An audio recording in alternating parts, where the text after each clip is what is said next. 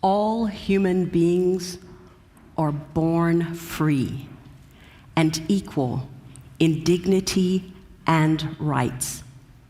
Everyone has the right to life, liberty, and the security of person.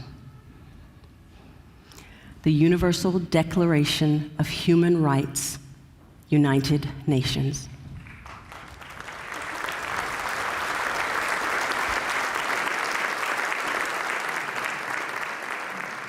Guten Morgen, good morning. My name is Sebastian Turner, Sebastian Turner auf Deutsch.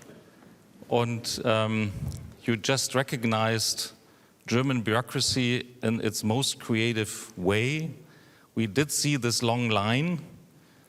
Actually, we expected you, but we didn't expect you to be everyone in the last minute.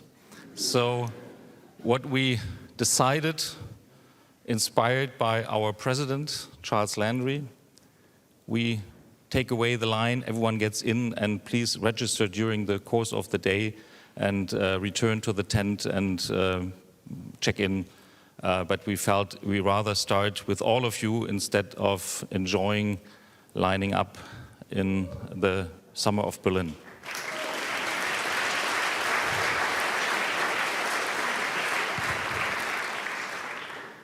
We are incredibly happy to welcome so many people, so many inspiring people from so many bureaucracies around the world. There are creative people all over, and it's now the first time after 2 years of COVID, digital conferences that we return, see each other live, and I really have to say we are so happy that this is going on, and to see you and to have the exchange, to talk, to recognize everyone. So welcome and please enjoy this day.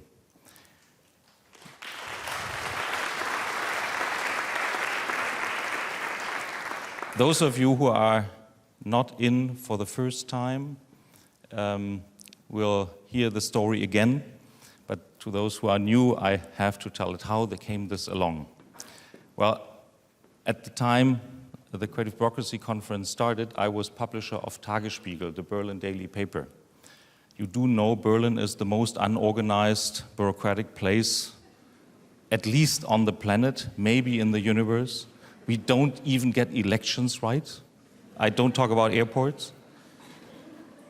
And publishing in this place means you have lots of civil servants as subscribers, and you have lots of reporting that is extremely unfriendly to them. So you charge them for the subscription, they open the newspaper and they read you are all awful. You're all making mistakes, it's a disaster. And then I met Charles Landry, and he came up with this incredible concept of creative bureaucracy, with this concept that in every organization, in every administration, they are inspiring people who want to go for change, and there are lots of examples. And so this newspaper and Charles said, why don't we just talk about these people with these people? Have a completely different conference on administration by having only those who are in favor of innovation, who are happy to change things. And this is you. And this is why I can tell you, as in the previous years, you will incredibly enjoy this festival, because you are meeting lots of like-minded people. I have to come to an end because we are a bit late. We have to listen, and this is whom I'm welcoming in the first place. We will be listening to the head of the Chancellery. He is the guy who has to clean up the mess. Wolfgang Schmidt. Schmidt in the Chancellery, if you are a student of German history, is a good name. We had that before. And so I'm very happy to welcome you on stage. Now I need advice. Should we go right away to Wolfgang Schmidt? We have some responses. So this is Astrid Frohloff, and Astrid, you and Charles, may I ask you to stage? And then you will be very fast and hand over to Wolfgang Schmidt. Thank you for being with us. Enjoy the time. And if you have anything to criticize, tell it to us. And if you have something to praise, tell it to others. Thank you. Sebastian Turner. Thank you, Sebastian. Well, we're going to make it brief because we're really a bit late. We're happy to have Charles Landry with us today, the festival's president, the Spiritus Rector, the Papst, the Pope of the Creative Bureaucracy. And we have the pleasure to guide you through the conference today. One little remark about the language. We have kind of Dinglish here in the beginning. Das sei ja doch sehr gut, Ja, oder? ein bisschen Deutsch, ein bisschen Ein bisschen Englisch. Englisch, ja, das machen wir werden wir es so. so machen, wir haben Blöcke hier in der Main Hall, 1 Stunde lang Deutsch, dann wieder 1 Stunde lang Englisch und wechseln hier. But you all gonna have the chance to listen to English sessions as well, because during the day, Charles, we have a lot of parallel sessions It which will always be in goes English. this ding-dong. Yeah. There are some stairs. They're a bit narrow, but you have to sort of get to know each other as you go up. But anyway, that's a There's a different lift matter. also. But there's Okay. also a lift. Yeah, just check the program. There is a QR code. You get all the information from there. So we have a wonderful, very inspiring program today. I'm not sure if we should have a look now at the program. I think you'll all find it. We saved some time. Just check the program. This is the main stage. We have some other floors. You find your way easily, and we have lots of helpers who can show you the way. So, Just one little more thing. I Yes. mean, just one thing we thought about this whole thing. People are sort of thinking about what's the issue, what's the idea, and what's the impact of what you're doing. So that's a sort of little thread that's going through. And one of our slogans, just for those who don't know, we're saying, how do we move from a no because to a yes if culture? That's our sort of motto that we have, and we feel that if we do that, we'll create some sort of movement of bureaucrats and their allies, because there are lots of allies here who are working with them, and that's very important. So that's it for the second, I think. Huh? That's it for the second. Jetzt wollen wir etwas machen. Sie wissen, das Creative Bureaucracy Festival ist ein bisschen dafür bekannt, dass wir Dinge gerne auf den Kopf stellen. Wir wollen jetzt etwas machen, was man normalerweise am Ende einer Konferenz macht, nämlich das große Familienfoto. Das wollen wir jetzt gerne mit Ihnen machen. We're gonna have a family picture now with all of you together, and I'm asking the photographer to come on stage and get ready for this.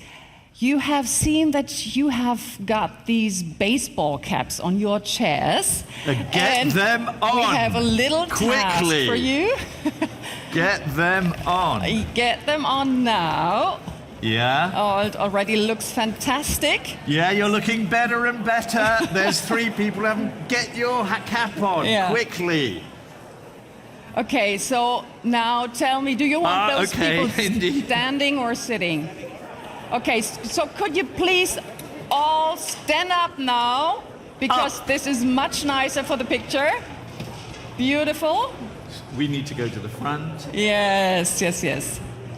And Oh yeah, where's my cap? I also would like to address the audience which is following us in the online stream. I'm not sure what you see, but what I see from here is just fantastic. All these people standing here with a bright smile in their face, with a cap on, and I need one to put on as well. So, We need to go there. yeah, we need to I go want to there. be in the picture. Yeah, okay, good. So, okay. So, And here. now we need some advice from the photographer. What are we supposed to do now? Okay. Yeah. Okay, so of course we are all supposed to look into the camera.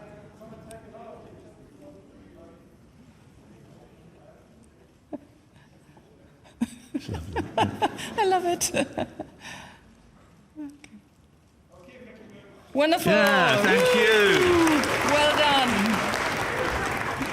Thank you so much. That was great. You will find all these pictures in the CBF newsletter later on, so you'll see it's going to be a wonderful, wonderful picture. Okay, so anything else we have to mention? No, we want Wolfgang. Yeah. We want the Chancellor guy. That's it, okay.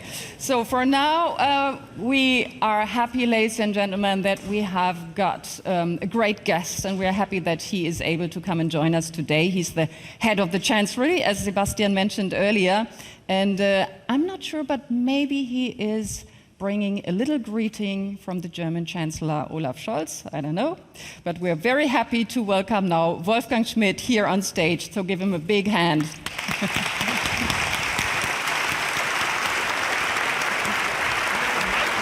A microphone. I'll get you a microphone.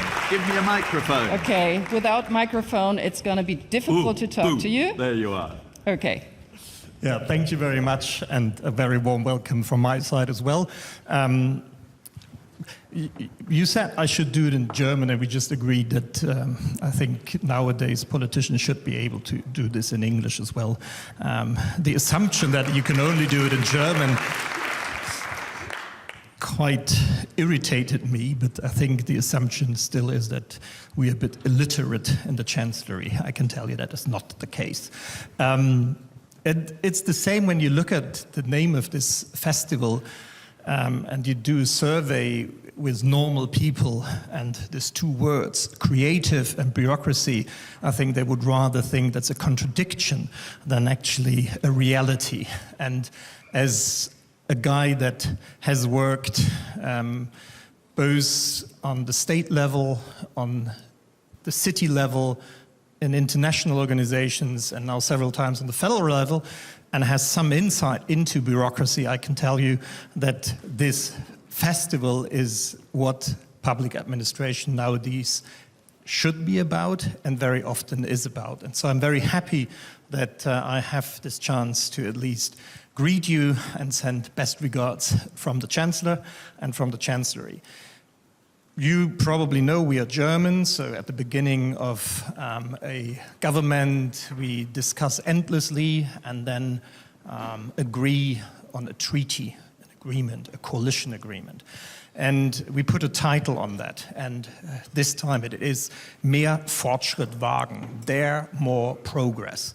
And this also means there more progress when it comes to bureaucracy.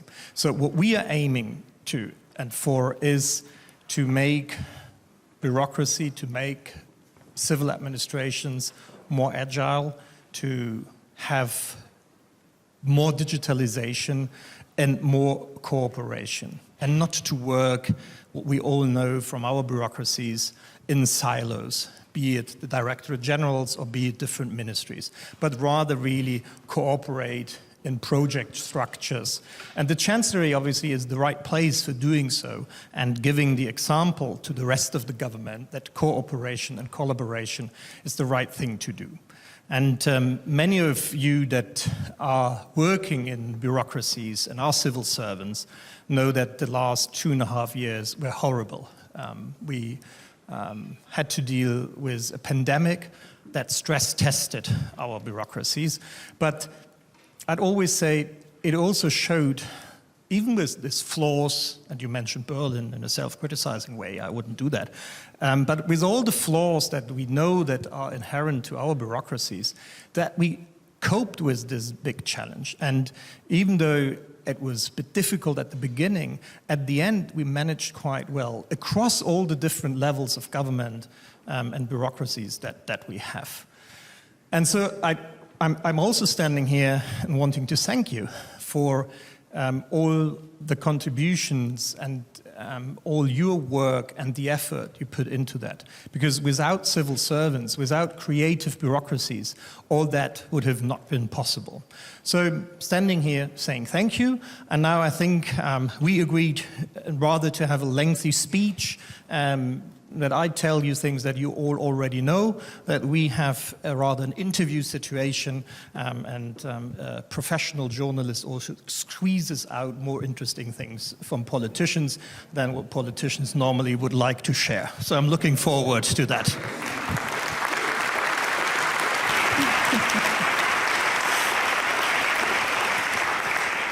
I'm not doing an investigative interview right now here on stage, so you can heavy weapons. No, but I mean, no, seriously, I'm wondering in the Chancellery, when you are trying to come to decisions, how do you know that it's worse to take a risk sometimes if you go for something? Because this is in administration very often the same, right? Yeah, so maybe I share a little story. When Olaf Scholz was the mayor of Hamburg, and mayors are known for needing to getting things done, so you can't have big concepts, and Charles knows that, and he's worked on that a lot, but people want concrete results.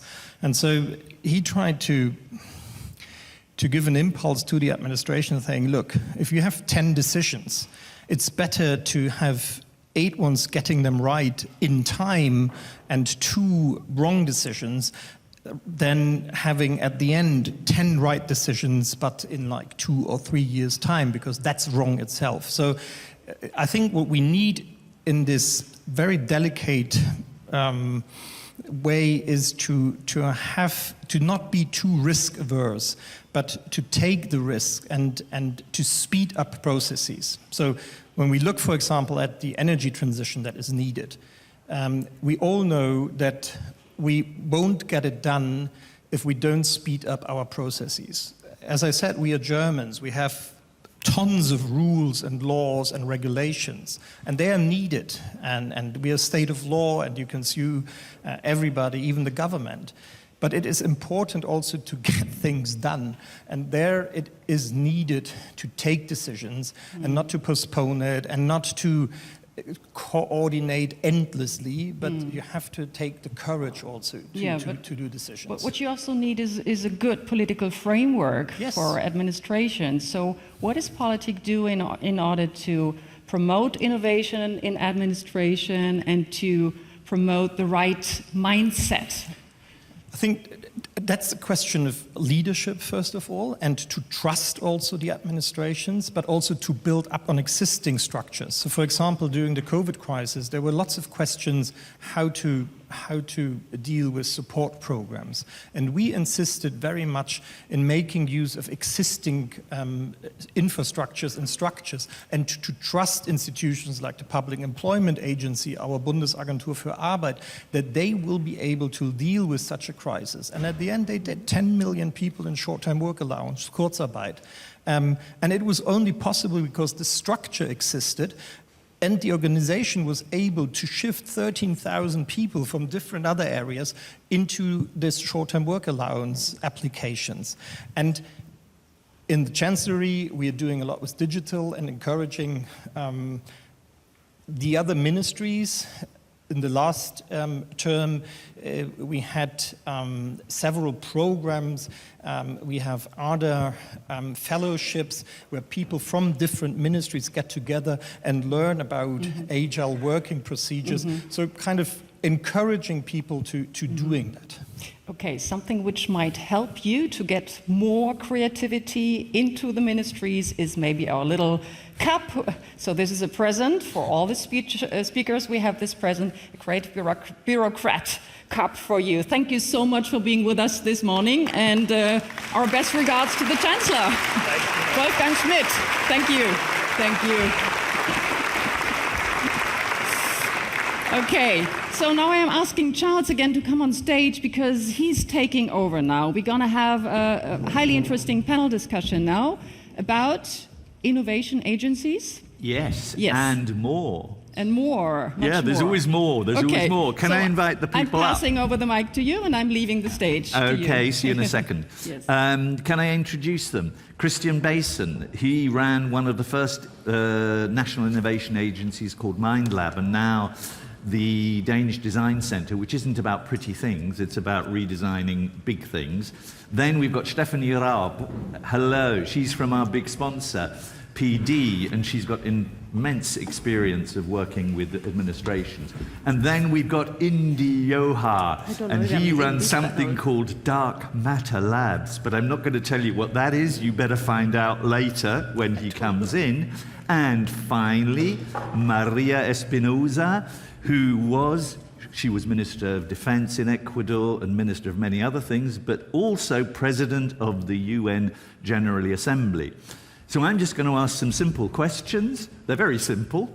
Okay, I'll start with you and then Stephanie. Okay, first question. Christian, can innovation agencies really make change happen?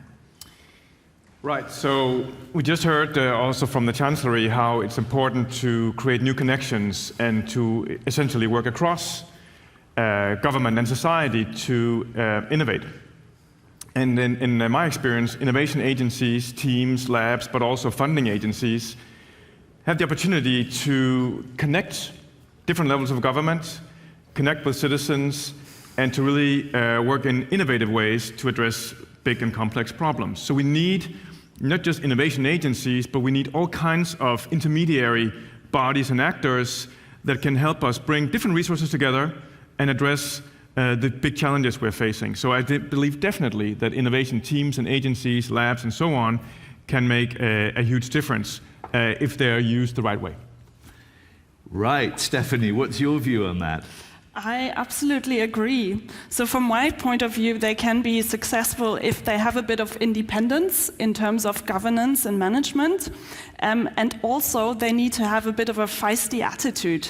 So they need to be able to speak up and say no, because only if they can do that, they can actually create impact together with the core public administration. And I think in addition to that, they also need a bit of a pushy mandate.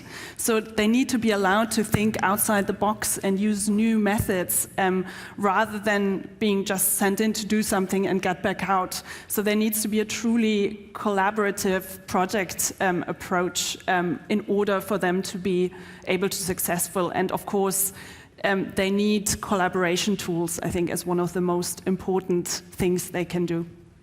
Thank you. What about you, Maria? You know, you were in a rather complex organization for a while, we might say. Hey, tell me a bit about that, your view.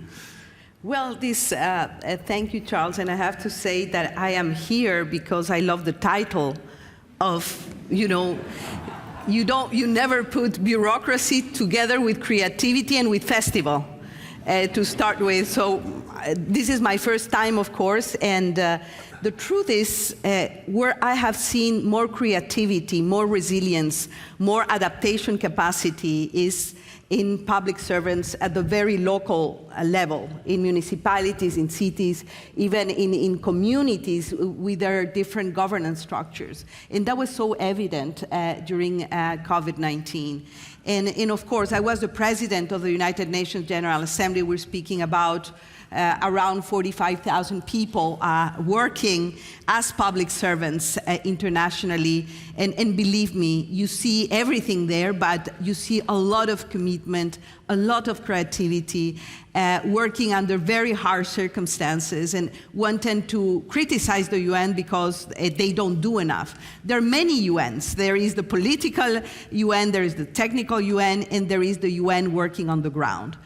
Just let's think for a minute that the millions of refugees, the millions of internally displaced persons, the millions of children that depend on the vaccines and the food provided by the UN rely on these 45,000 people. And I strongly believe, going back to the question of agency, that the UN strongly needs an agency for international public service innovation.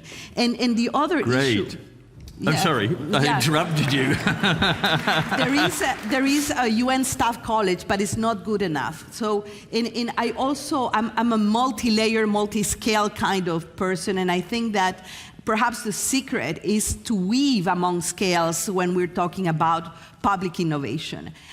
Look at success stories at the local level, project them at the national level, and project them once again to the global international level. I know a little bit of the work of the OECD with the observatory, and I think we need more international observatories for exchanging experiences, good practices, and for inspiring public service. Believe me, in my country, Ecuador, sometimes when they ask you, what's your profession, what you do, you kind of think twice to say you're a politician, bad, and to say that you are a bureaucrat and a public servant. But I think we are in the path towards, being proud to say I am a creative, responsible public servant, and I am a creative, responsible politician.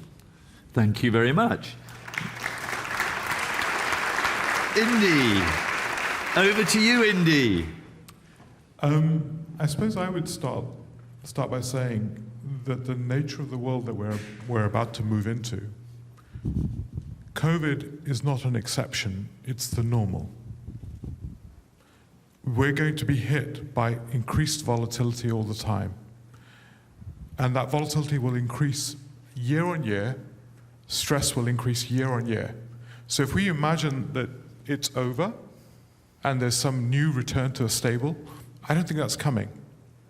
And so in that context, I suppose I would ask the question, every bureaucratic infrastructure will have to be fundamentally innovative.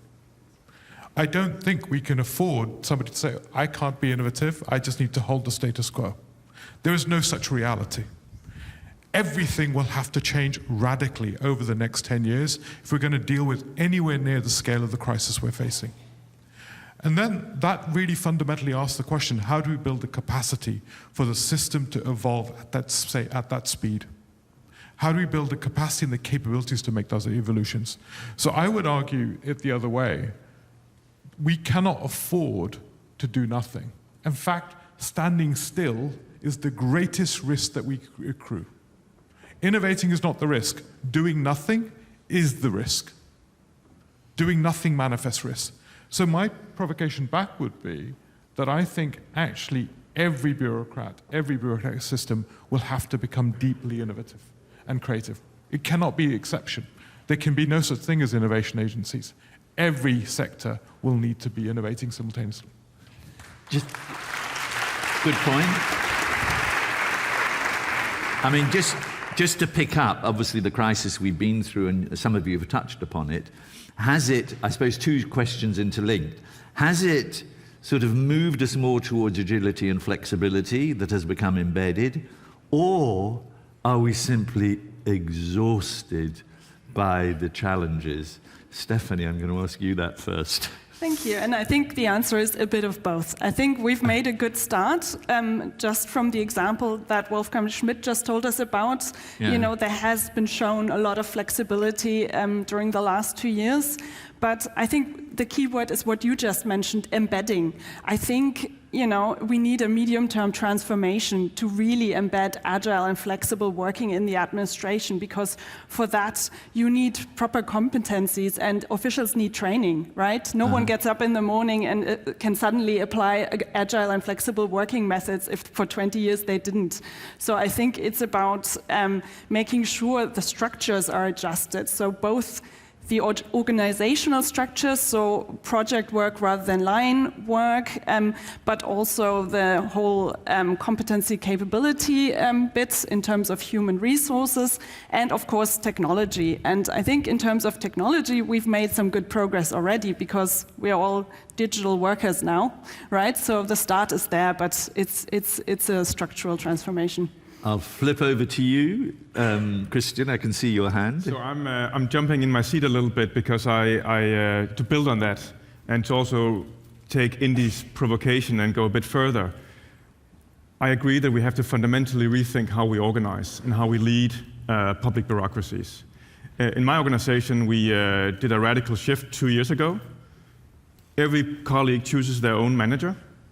Every colleague chooses their own area of work. Almost everyone can propose themselves as a leader for others. And so that becomes a self-managing, self-organizing organization. Imagine that.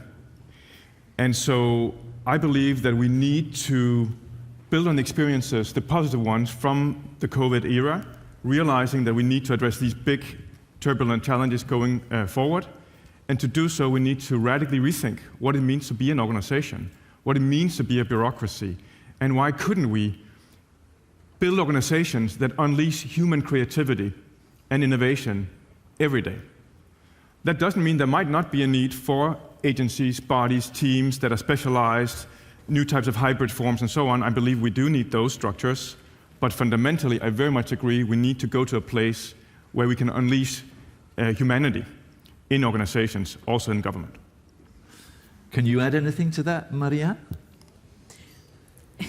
Well, I would say your question was about COVID, and but also if it's embedded a bit the change, given the responses to yes. that. Yeah. And I have the privilege to be a member of the Lancet Commission on COVID-19, and we have looked at different responses in different parts of the world. And I would say, yes, there was a wake-up call for the entire institutional architecture to be more flexible, more resilient, more innovative. And I am very much with what Inti say. Now the situation of crisis has become permanent.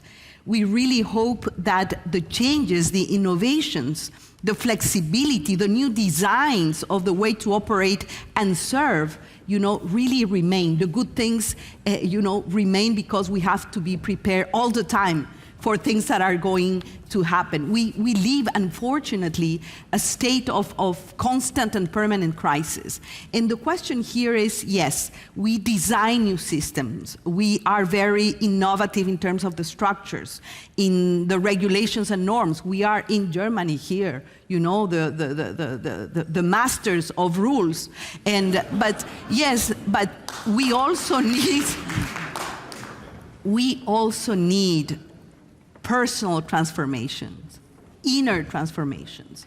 We need to change the way we behave as humans.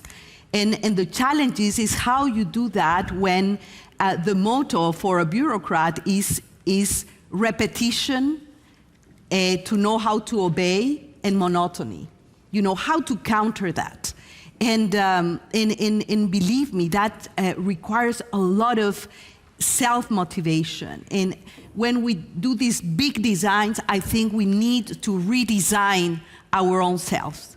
And that is a very much part of the innovation part and the festival part, the fun part. And this is easy to say, difficult to do, but believe me, it should be done. Art, creativity, I'm a poet myself, it's extremely important, to move our senses, to have public servants that really understand the service part of it. Thank you for that. India, I'm going to respond to all of that, but then I'm going to give you the wrap-up question, which is, do you think any of these creative bureaucracy type festivals and all the other things you know about, have they had any impact over the last 5 years? So I just mix those two. Thank you.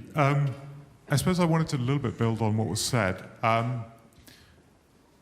I think we're going to need structural reform to deal with what we're talking about.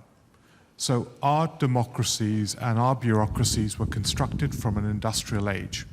It takes us 18 to 24 months, maybe even 4 years, to make policy work. We do not have the time. And what COVID has shown us is that our capacity to create legitimate policy rapidly, we do not have the institutional infrastructure to build that. It's okay. We've learned that. But that requires structural reform. Our policy-making infrastructure is built entirely as a waterfall idea. It isn't built for agility. So we need to reimagine how we make policy. We need to reimagine how we make legitimacy of those situations that we have to deal with. We have to remove some aspect of risk from being part of the political arena and enter it back into the bureaucratic arena. All of risk has virtually moved into the political arena, and that is a strategic error. So how do we re-import risk back into the bureaucratic space is really critical, because actually that allows us to deal with some of those capacities. So I think we mustn't overlook the need for structural reform to deal with this. The idea of the treasury, these things were generated in the world of an industrial democracies. What do they look like in the 21st century, I think is fundamentally critical. Building on that, is public management, new public management, suitable for actually a complex, entangled world? Is the idea of the customer actually the end product of actually bureaucracy? No. So what is the new relationship between citizenship and bureaucracy? How do we build that relationship to actually be one of care not of service optimization. How do we empower organizations to be built for care? I think is a new type of relationship. And that will require structural reform. So I think whilst we can talk about all the other capabilities, and I do deeply congratulate everyone that was on the front line, but I also recognize to actually be able to deal with the state of crisis that we're going to face year on year, without structural reform, we will get very tired and fail constantly. Thank you for that. So we're not going to be tired because we've actually caught up the time. I don't know how. There was a miracle happened. We're actually on time. And I am therefore going to give you 4 cups of tea. I'm sorry, that one, there's no tea in here, don't worry. Here, my darling. Thank you. Here, my dearest. Thank you. Here, my friend. And here, my friend. Thank you very much.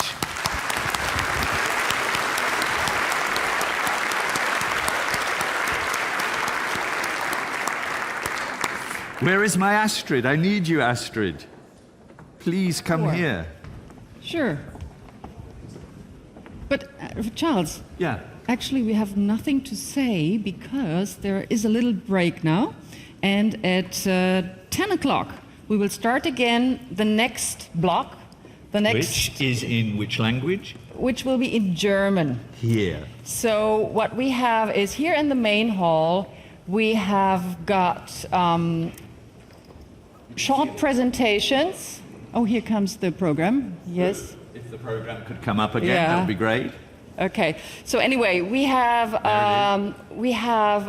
1 hour in German, 1 hour in English, and you will experience very short presentations, kind of TED Talk style, TED yeah. Talks in this main hall. But we have other formats as well. In the other floors, you have seminars, you have the academy, The fish bowls. where you have the chance to discuss and dive a bit deeper.